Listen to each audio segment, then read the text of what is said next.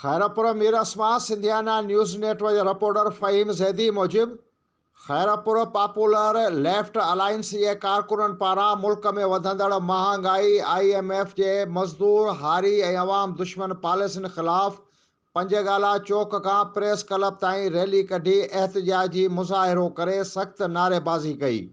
एहतजाज जी अॻुवाणी मीर मुनवर टालपुर, कामरेड इक़बाल अब्दुल मजीद जमाली, अलाह वधायो ऐं ॿिया करे रहिया हुआ। हुकूमत IMF जूं अवाम दुश्मन शर्तनि ते पेट्रोल ऐं खाधे पीते जे शयुनि जे अघनि में वाध अवाम खां जीअण जो हक़ खसे वरितो आहे।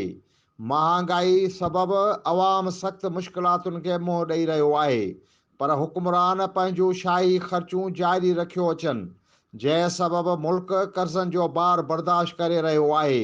मुज़ाहिरीन मौजूदा हुकूमत खां मुतालबो कयो त पेट्रोल ऐं खाधे पीते जे शयुनि जे अघनि में घटिताई करे अवाम खे रिलीफ फराहम कयो वञे।